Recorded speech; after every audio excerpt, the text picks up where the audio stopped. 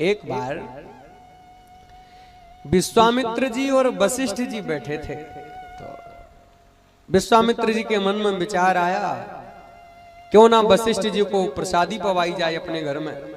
तो विश्वामित्र जी ने वशिष्ठ जी का निमंत्रण किया, बोले आप हमारे घर पधारो और प्रसाद पाओ। वशिष्ठ जी विश्वामित्र जी के घर गए, प्रसाद पाया। और ऐसी मान्यता भी है जब हमारे घर में कोई साधु संत या महात्मा वैष्णव भक्तजन प्रसादी पावे तो उन्हें दक्षिणा भी देनी चाहिए, जो हम पे यथा सामर्थ्य बन पावे। तो विश्वामित्र जी ने भोजन तो करा दिया, अब दक्षिणा। तो श्री विश्वामित्र जी ने अपने हाथ पर जल लिया और संकल्प करा कि मैं अपने जीवन में जितनी तपस्या करी है उस तपस्या से 1000 वर्ष की तपस्या का फल मैं दक्षिणा के रूप में श्री वशिष्ठ जी को देता हूं। ध्यान से सुनना, 1000 वर्ष की तपस्या का फल दक्षिणा के रूप में दे दिया। वशिष्ठ जी ने कुछ कहा नहीं, दक्षिणा ले ली और चले आए। संकल्प हो गया तो दक्षिणा चली गई। 1000 वर्ष की तपस्या उधर से कम होकर वशिष्ठ जी में जुड़ गई। अब वशिष्ठ जी दक्षिणा लेकर के वापस अपनी कुटिया पधारे। कुछ दिन बाद जब समय बीता तो वशिष्ठ जी ने विश्वामित्र जी को बुलाया, बोले आप पधारो हमारे वहां। विश्वामित्र जी ने कहा बिल्कुल पधारेंगे सरकार। और एक दिन श्री विश्वामित्र जी भी पहुंच गए वशिष्ठ जी के घर। जैसे ही वशिष्ठ जी ने देखा, जय हो सरकार, आइए विराजिए, बिठाया, प्रसाद पवाया। और जब दक्षिणा का नंबर आया, सोई कमंडल उठाया, हाथ पर जल गिराया और संकल्प करा हमने अपने जीवन में जितना भी सत्संग किया है, जितना भी सत्संग किया है, उस सत्संग से 2 घड़ी के सत्संग का फल दक्षिणा के रूप में हम श्री विश्वामित्र जी को दे रहे हैं। अब बताइए 48 मिनट का सत्संग जो था भैया वो दक्षिणा के रूप में दिया। विश्वामित्र जी नाराज हो गए, बोले गलत बात है भाई, आजकल भी लोग बराबरी की चाह रखते हैं। किसी के घर हम 1000 दे के आते हैं तो ये भी चाह रखते हैं कोई हमारे घर आएगा तो भी 1000 देगा। तो विश्वामित्र जी बोले गलत बात है, आपको हमने 1000 वर्ष दिए और आप हमें 48 मिनट दे रहे हैं। अब बताओ 1000 वर्ष बड़ा है कि 48 मिनट बड़ा है? वशिष्ठ जी ने कहा ज्यादा बात नहीं करनी है हमें, हम बस इतना जानते हैं आपकी दक्षिणा से हमारी दक्षिणा बड़ी है। विश्वामित्र जी बोले अच्छा, 1000 वर्ष और 48 मिनट में 48 मिनट बड़े हो गए? ऐसे तो नहीं मानेंगे भैया कि आपकी दक्षिणा बड़ी है। अगर कोई व्यक्ति ये फैसला कर दे कि आपकी दक्षिणा बड़ी है तो हम स्वीकार कर लेंगे। बोले तो ठीक है, फैसला करा लेते हैं, क्या दिक्कत है? पर भैया ऐसे सिद्ध महात्माओं का फैसला भी कोई साधारण व्यक्ति नहीं कर सकता है। तो कोई हल्का फुल्का हमारे आपके जैसा हो तो कोई भी कह दे, फैसला कर दे। पर विश्वामित्र और वशिष्ठ सरी के महात्माओं का कौन फैसला करे? विश्वामित्र जी ने कहा देखो, किसी ऐसे वैसे से हम फैसला नहीं कराएंगे, हमारा फैसला वही कर सकता है जिसका कभी विनाश ना होता हो। बोले ठीक है। तो दोनों महात्मा भगवान शेष के पास गए। थोड़ा इको और कम कर दो भैया हल्का सा। शेष भगवान के पास गए और जाकर के बोले महाराज जी, शेष भगवान कभी समाप्त नहीं होते हैं। बचपन में भाग लगाया गणित में, भाग लगाने पर काट पीट करने पर जो सब कुछ कट जाता है, बाद में जो बचता है भाग में वो नहीं कटता है, वो क्या है? शेष। वैसे शेष कभी समाप्त नहीं होते। विश्वामित्र जी गए, वशिष्ठ जी गए, शेष भगवान ने पूछा क्यों भाई बताइए क्या हुआ? बोले महाराज जी, ये हमारे घर गए तो हमने इनको 1000 वर्ष की तपस्या दी दक्षिणा में, और जब हम इनके घर गए तो इनने हमें 48 मिनट का सत्संग दिया। और सत्संग दिया तो दिया, ऊपर से ये भी कह रहे हैं कि आपकी दक्षिणा छोटी है। अब प्रभु मैं 48 मिनट का सत्संग दक्षिणा में लूं और वो भी यह कह करके कि 1000 वर्ष छोटे हैं तो कैसे संभव है। इसीलिए प्रभु आपके पास फैसले के लिए आए हैं। अब आप यह फैसला करिए 48 मिनट का सत्संग बड़ा है या 1000 वर्ष की तपस्या बड़ी है। शेष भगवान ने कहा देखो एक उपाय है, आप दोनों में से जो अपनी दक्षिणा के ताकत पर, दक्षिणा के बल पर हमारे सर पे जो पृथ्वी माता रखी हैं, शेष भगवान के सर पे विराजी हैं, बोले जो अपनी दक्षिणा के बल पर अपने हाथों पर पृथ्वी को रोक लेगा उसी की दक्षिणा बड़ी। विश्वामित्र जी ने कहा फिर तो पहला नंबर मेरा लगना चाहिए, क्योंकि हमने तो 1000 वर्ष दिए हैं। शेष भगवान ने कहा कोई दिक्कत नहीं, आप उठा लो। विश्वामित्र जी ने हाथ जोड़े, हे पृथ्वी माता, अगर 1000 वर्ष की तपस्या में फल है ज्यादा तो आप हमारे हाथों में आ जाइए।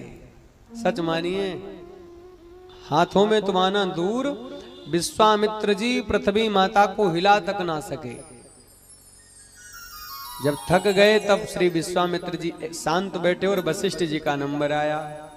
वशिष्ठ जी ने हाथ जोड़कर कहा, हे पृथ्वी माता, अगर 48 मिनट के सत्संग में ज्यादा सामर्थ्य है तो आप मेरे हाथों में मत आइए और ना ही शेष भगवान के सर पे रुकिए।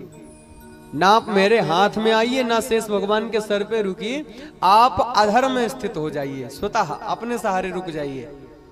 आपको आश्चर्य होगा, जैसे ही श्री वशिष्ठ जी ने इतना कहा, पृथ्वी माता शीर्ष भगवान के सर से ऊपर उठकर अधर में स्थित हो गई और शेष भगवान ने कह दिया, बोले विश्वामित्र जी आपकी दक्षिणा छोटी है, वशिष्ठ जी की दक्षिणा बड़ी है। यानी कि 48 मिनट का 2 घड़ी का सत्संग श्रेष्ठ है कलिकाल में। अगर मन से आप सत्संग कर लेना, सत्संगी की महिमा क्या बताई जाए। और सत्संग मिलता कब है? जब राम जी खूब कृपा करते हैं। बिनु सत्संग विवेक न हो, बिनु सत्संग विवेक न हो,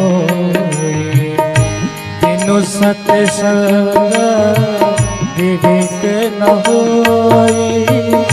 बिनु सत्संग विवेक न हो, राम कृपा बिनु सुलभ न सोई, राम कृपा बिनु सुलभ न सोई, राम कृपा बिनु सुलभ न सोई। सत्संग तो तब प्राप्त होता है जब भगवान की असीम कृपा करुणा होती है। और सच बताएं, अगर व्यक्ति ने एक बार जीवन में भैया अच्छे से सत्संग कर लिया तो जीवन उसका निश्चित बदलेगा, इसमें कोई संशय नहीं है।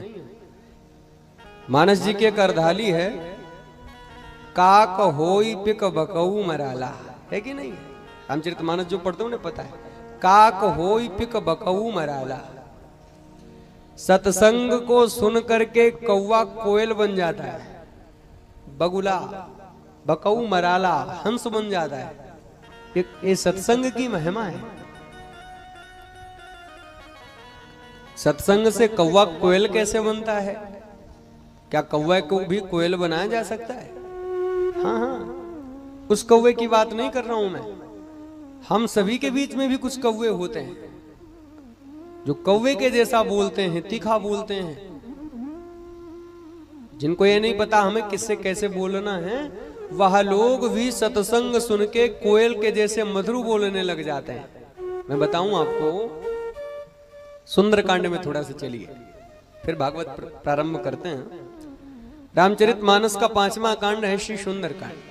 सुंदरकांड में जब श्री हनुमान जी माता सीता की खोज करने लंका गए और जैसे ही लंका में प्रवेश किया तो मशक समान रूप कपि धरी, छोटा सा रूप बनाए, और छोटा रूप बना करके लंका में हनुमान जी प्रवेश कर रहे थे।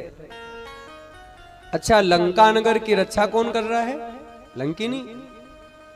लंकिनी ने जैसे ही देखा हनुमान जी को, तो लंकिनी हनुमान जी से जैसे कौवा बड़ा तीखा बोलता वैसे तीखा बोलती है। जाने हूं नहीं मरम सठ मोरा, मोर आहार जहां लगी चोरा। लंकिनी कहती है हनुमान जी से, जाने हूं नहीं मरम सठ, हनुमान जी को सठ कह के संबोधित करी, तुम मेरा मरम नहीं जानता है। पृथ्वी पे जितना चोर है वो सब हमारा भोजन है। हनुमान जी तो मन ही मन एक बार ये कहे, जब सारा चोर तुम्हारा भोजन है तो सबसे पहले तो तुझे अपने स्वामी को खाना चाहिए। दूसरा लोग सामग्री चुराता है, वो तो किसी की धर्मपत्नी को उठा के ले आया है।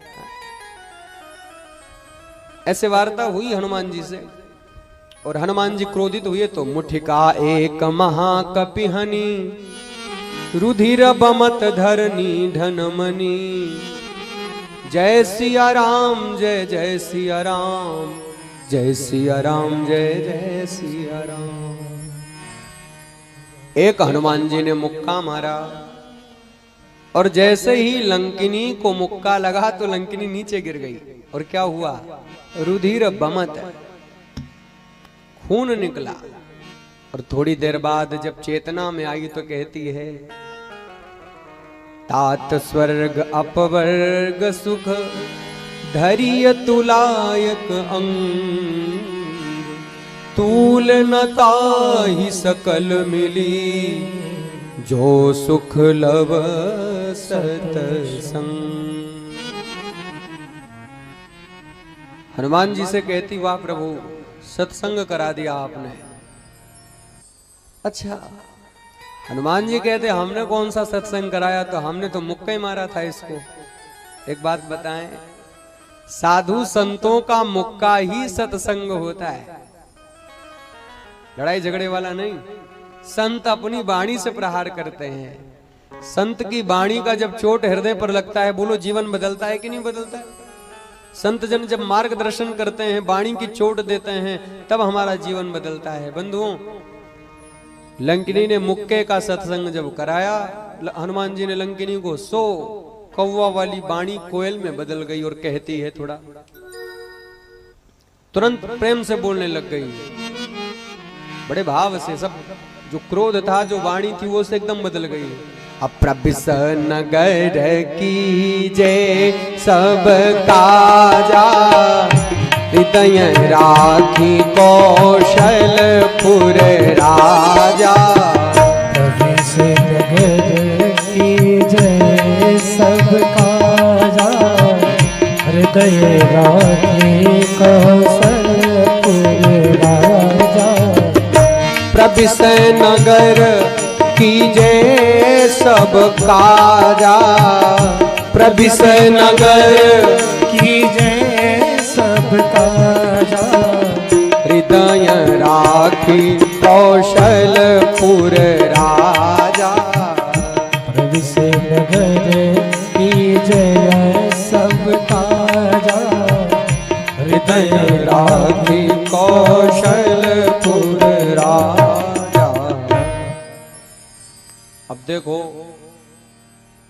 जो लंकिनी कौवा के जैसे तीखा बोल रही थी, वो कोयल बन गई कि नहीं बन गई? अब कह रही जाइए तो हृदय में राम जी को बसाइए और लंका में जाइए। ये क्या है? सत्संग। जब संत वाणी का मुक्का चलाते हैं हमारे जीवन में, तो हमारे भीतर जो राग रूपी रक्त होता है, उस राग रूपी रक्त का बमन होता है।